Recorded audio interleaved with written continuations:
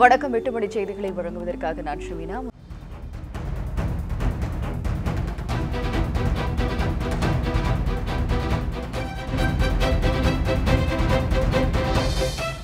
நாடு முழுவதும் இன்று முதல் ஜிஎஸ்டி வரி அமலுக்கு வந்துள்ளது. இதுகுறித்து பொதுமக்கள் தெரிவித்த கருத்துக்களை தற்பொழுது பார்க்கலாம்.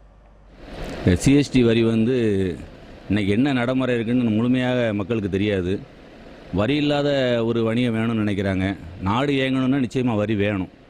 அந்த வரி எந்த மாதிரி வரிகள் வேணுங்கிறது நமக்கு யாருக்கும் இன்னும் சரியாக தெரியாது. இப்போ கிளாத்துக்கு வரி போட்டிருக்கான்னு சொல்கிறாங்க, 5% வரின்னு சொல்கிறாங்க. எங்களுக்கும் ஒரு இது நடத்துனாங்க, கிளாஸ் நடத்துனாங்க. அது 5% வரி எந்த வரி கொடுத்தாலும் வணிகர் பாதிக்கப்படுறாங்கன்னு சொல்கிறாங்க. அது நிச்சயமாக கிடையாது. வணிகர் ஒரு காலம் பாதிக்கப்படுறது கிடையாது. ஒரு சாதாரண ஒரு இட்லி கூட இன்னைக்கு ஜிஎஸ்டி வரியால் உயரக்கூடிய வாய்ப்பு என்பது ஏற்பட்டனால் இது எல்லா விதமான பொருட்களும் ஏறச்சில கடுமையான பாதிப்பை பாமர மக்களுக்கு தான் ஏற்படும். இன்னைக்கு ஜிஎஸ்டி ஒரே வரி என்கிற கொள்கையை இன்னைக்கு அமல்படுத்திருக்காங்க. ஆனால் நாங்கள்லாம் கஷ்டப்பட்டவன், இன்னைக்கு வசதி உள்ளவன் கோடிக்கணக்கில் வச்சிருக்கிறவன் 100 ரூபா வரியும், பாமர மக்களும் அதே 100 ரூபா வரி கட்டணும்னு சொல்றது எந்த விதத்தில் ஏற்றுக்கிறோம்? இது மக்களுடைய கடுமையான பாதிப்பை உண்டாக்கக்கூடிய இதுதாக பார்க்க வேண்டிய சூழல் இருக்கு. 95% மக்கள் மிகப்பெரிய பாதிப்புக்கு உள்ளாகியிருக்கிறார்கள். அதுபோக மாற்றுத்திறனாளிகள் பயன்படுத்தக்கூடிய அவங்களுடைய உபகரணங்கள், அதாவது அவங்க வச்சிருக்கக்கூடிய அந்த ஹேண்டல், 3 சக்கர வாகனம், காது கேளாதர் மிஷினு, இப்படி ஏராளமான உபகரணங்களுக்கெல்லாம் 18% ஜிஎஸ்டி வரி போடுவது என்பது இந்திய அரசாங்கத்துக்கு ஒரு மனசாட்சிக்கே அது உறுத்தவில்லையா என்பது தெரியல. ஜிஎஸ்டி வரி குறித்து யாரும் அச்சப்பட தேவையில்லை என்றும் வணிகர்களின் நலன் பாதுகாக்கப்படும் என்றும் தமிழக நிதியமைச்சர் ஜெயக்குமார் கூறியுள்ளார். சென்னையில் இன்று செய்தியாளர்களுக்கு பேட்டியளித்த ஜெயக்குமார் ஜிஎஸ்டி வரியால் விலைவாசி உயர்வு தவிர்க்கப்படும் என்று தெரிவித்தார். எனவே அவர்கள் 2 கோடி ரூபாய் அவேர்னஸ் ப்ரோக்ராமுக்கு அரசு ஒதுக்கீடு செய்து அதன் அடிப்படையில் கலைவண்ணர் அரங்கத்திலே நீங்களே கூட பார்த்திருப்பீர்கள். ஏற்கனவே 2000 பேர் அதிலே கலந்து கொண்டு தங்களுடைய கருத்துக்களை எல்லாம் தெரிவித்திருக்கின்றார்கள்.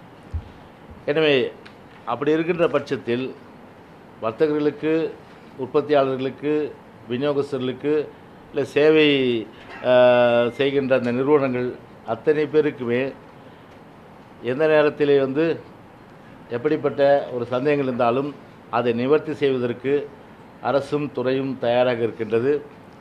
எனவே முழுமையான அளவிற்கு இதில் யாருமே எந்தவித அச்சமும் கொள்ள தேவையில்லை என்பதை இதன் மூலம் தெரிவித்துக் கொள்கின்றேன். திரைப்பட டிக்கெட்டுகளுக்கான கேளிக்கை வரியை குறைக்க தமிழக அரசு நடவடிக்கை எடுக்க வேண்டும் என தென்னிந்திய திரைப்பட வர்த்தக சபை கோரிக்கை விடுத்துள்ளது. இது தொடர்பாக அச்சங்கத்தின் தலைவர் அபிராமி ராமநாதன் உள்ளிட்ட நிர்வாகிகள் இன்று பிற்பகலில் தமிழக நிதியமைச்சர் ஜெயக்குமாரை சந்தித்து பேசினர். இதனையடுத்து செய்தியாளர்களுக்கு அளித்த பேட்டியில் அதிக வரிகளால் திரையுலகம் கடுமையாக பாதிக்கப்பட்டுள்ளதாகவும் ஜிஎஸ்டி வரியை தாங்கள் எதிர்க்கவில்லை என்றும் நகராட்சி, மாநகராட்சி உள்ளிட்ட அமைப்புகள் மூலம் விதிக்கப்படும் கேளிக்கை வரியை குறைக்க தமிழக அரசு நடவடிக்கை எடுக்க வேண்டும் என்றும் வலியுறுத்தினர்.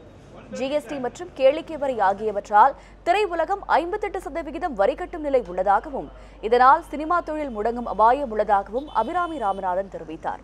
மேலும் டிக்கெட் கட்டண குறைப்பு தொடர்பாக தென்னிந்திய திரைப்பட வர்த்தக சபையின் மாவட்ட நிர்வாகிகளுடன் சந்தித்து வரும் திங்கட்கிழமை உரிய முடிவெடுக்கப்படும் என்றும் அவர் கூறினார்.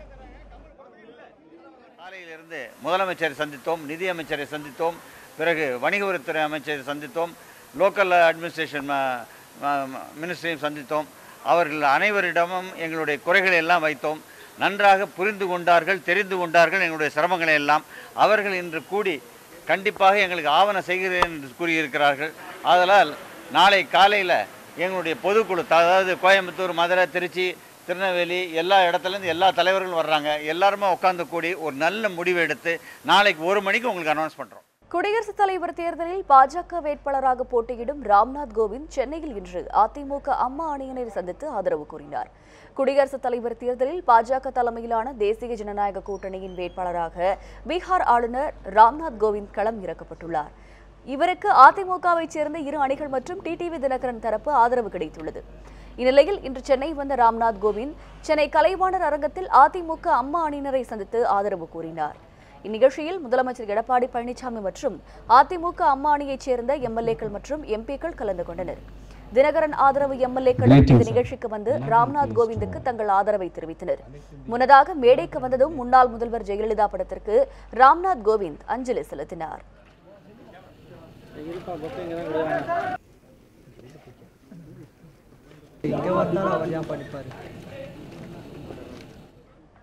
நிகழ்ச்சியில் தமிழக அமைச்சர்கள் உள்ளிட்ட அதிமுக அம்மானியைச் சேர்ந்த எம்எல்ஏக்கள் அனைவரும் கலந்து கொண்டனர். மேலும் கூட்டணி கட்சியை சேர்ந்தவர்களில் தனியரசு எம்எல்ஏ, கருணாஸ் எம்எல்ஏ ஆகிய இருவரும் கலந்து கொண்டனர். மக்களவை துணை சபாநாயகர் தம்பிதுரை உள்ளிட்டோரும் நிகழ்ச்சியில் பங்கேற்று ராம்நாத் கோவிந்துக்கு ஆதரவளித்தனர்.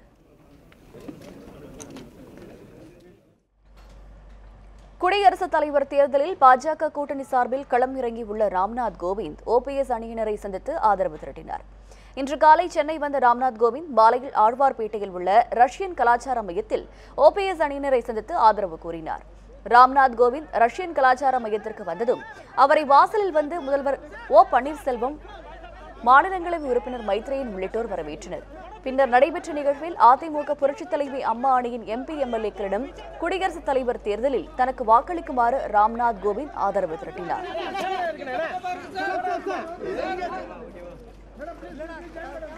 நிகழ்ச்சியில் பேசிய முன்னாள் முதல்வர் ஓ பன்னீர்செல்வம், நீண்ட அரசியல் அனுபவமும் சிறந்த நிர்வாக திறனும் கொண்டவர் ராம்நாத் கோவிந்த் என்று பாராட்டினார். ஜெயலலிதா உயிரோடு இருந்திருந்தால் ராம்நாத் கோவிந்துக்கு தான் ஆதரவளித்திருப்பார் என்றும் அவர் கூறினார். இந்த சந்திப்புக்கு பின்பு செய்தியாளருடன் பேசிய முன்னாள் முதலமைச்சர் ஓ பன்னீர்செல்வம், ராம்நாத் கோவிந்துக்கு ஆதரவளிப்பது என்பது அதிமுக புரட்சித் தலைவி அம்மா அணியினர் ஒருமனதாக எடுத்த முடிவு என்றார். தமிழகத்திற்கு வருகை புரிந்து அனைத்து இந்திய அண்ணா திராவிட முன்னேற்றக் கழகம் புரட்சித் தலைவி அம்மா சார்பாக மாண்புமிகு நாடாளுமன்ற உறுப்பினர்கள், மாண்புமிகு சட்டமன்ற உறுப்பினர்கள், தலைமை கழகத்தினுடைய நிர்வாகிகள் மற்றும் பொறுப்பாளர்கள் நிர்வாகிகளை சந்தித்து ஜனாதிபதி தேர்தலுக்கான வெற்றி வேட்பாளராக போட்டியிடுகின்ற கதிராமங்கலத்தில் எண்ணெய் கசிவு ஏற்பட்ட பகுதிகளில் தஞ்சை மாவட்ட ஆட்சியர் 2வது நாளாக இன்றும் ஆய்வு மேற்கொண்டார். கதிராமங்கலத்திற்கு வந்த காவிரி உரிமை மீட்புக் குழு தலைவர் மணியரசனை போலீசார் தடுத்து நிறுத்தி கைது செய்தனர். தஞ்சை மாவட்டம் கதிராமங்கலத்தில் ஓஎன்ஜிசி இயற்கை எரிவாயு திட்டத்திற்கு எதிர்ப்பு தெரிவித்து கடந்த 46 நாட்களாக பொதுமக்கள், விவசாயிகள் போராட்டங்களை மேற்கொண்டு வருகின்றனர்.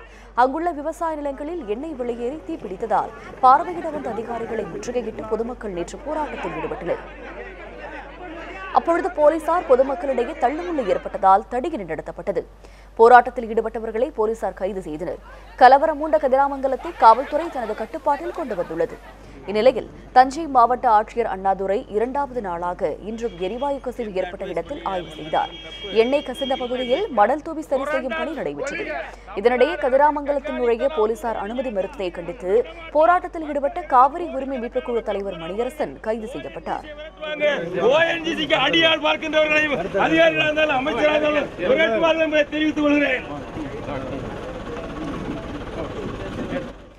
நெல்லை மாவட்டம் சேர்வலாறு அணையை பலப்படுத்தும் பணியும் மதகுகளில் ஏற்பட்ட கசிவுகளை சரி செய்யும் பணியும் 8 மாதத்தில் நிறைவடையும் என மாவட்ட ஆட்சியர் சந்தீப் நந்தூரி தெரிவித்துள்ளார்.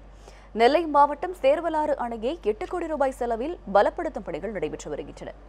மேலும் மதகுகளில் ஏற்பட்ட கசிவுகளை 15 கோடி ரூபாய் செலவில் ஜெர்மன் தொழில்நுட்பத்தில் சரி செய்யும் பணிகள் நடைபெற்று வருகிறது. மதகுகளில் கசிவுகளை அடைக்கும் பணி நடைபெற்று வருவதால் அணையில் இருந்து பெருமளவு தண்ணீர் திறந்துவிடப்பட்டு வீணடிக்கப்பட்டது விவசாயிகளிடையே கடும் எதிர்ப்பை சந்தித்து வந்தது. நிலையில் இதுகுறித்து செய்தியாளருடன் பேசிய நெல்லை மாவட்ட ஆட்சியர் சந்தீப் நந்தூரி, அணையை பலப்படுத்தும் பணியும் மதகுகளை சரி செய்யும் பணியும் 8 மாதத்தில் நிறைவடையும் என்றார். இனிமேல் தண்ணீரை வீணாக திறந்து விடாமல் சேர்வலாறு அணையில் இருந்து பாபநாசம் அணைக்கு டனல் மூலம் தண்ணீரை கொண்டு செல்ல நடவடிக்கை எடுக்கப்படும் என்றும் சந்தீப் நந்தூரி விளக்கம் அளித்தார். ஜியோ மைனிங் டெக்னாலஜி யூஸ் பண்ணிட்டு கீழே பகுதியில் டேமேஜ் ஆன போர்ஷன்ஸ் எல்லாமே ரிப்பேர் பண்ணுறதுக்கான ஒரு நுட்பமான திட்டம். இந்த ரிப்பேர் ஒர்க்கு பண்ணலைன்னு சொன்னால் லீக்கேஜ் அதிகமாகி தண்ணி எல்லாமே அதிகமான அளவுக்கு லீக்கேஜ் ஆகி போயிட்டே இருக்கிறது. அது மட்டும் இல்லாமல் டேம் கூட ஸ்டெபிலிட்டி கூட ப்ராப்ளம் ஆகி டேம் ஸ்டெபிலிட்டி ப்ராப்ளம் ஆகிறது கூட வாய்ப்பு இருக்குது. ஸோ இந்த இம்பார்ட்டன்ட் ரிப்பேர் ஒர்க் நம்ம தமிழ்நாடு எலக்ட்ரிசிட்டி போர்ட் மூலமாக ட்ரிப் ப்ராஜெக்ட் கீழே இந்த ஒர்க் பண்ணிகிட்டே இருக்கிறாங்க. ஒரு 15 கோடி மதிப்பீட்டில் இந்த ப்ராஜெக்ட் ஆரம்பிக்கப்பட்டுள்ளது. ஆல்ரெடி வேலை ஆரம்பிச்சிட்டாங்க. Preliminary work is going on. அது ஒரு 8 months ப்ராஜெக்ட். அக்டோபர் வரை பிளான் பண்ணி அடுத்த நார்த் ஈஸ்ட் மான்சூன் முன்னாடி முடிக்கிறதுக்கான பிளான் பண்ணிருக்கோம். ஸோ இப்போ அணையோட பாதுகாப்பு எப்படி இருக்கு? தண்ணி வந்து அணையோட பாதுகாப்பு ஒன்றும் பிரச்சனை இல்லை. அணை ஸ்ட்ராங்கு தான் இருக்குது.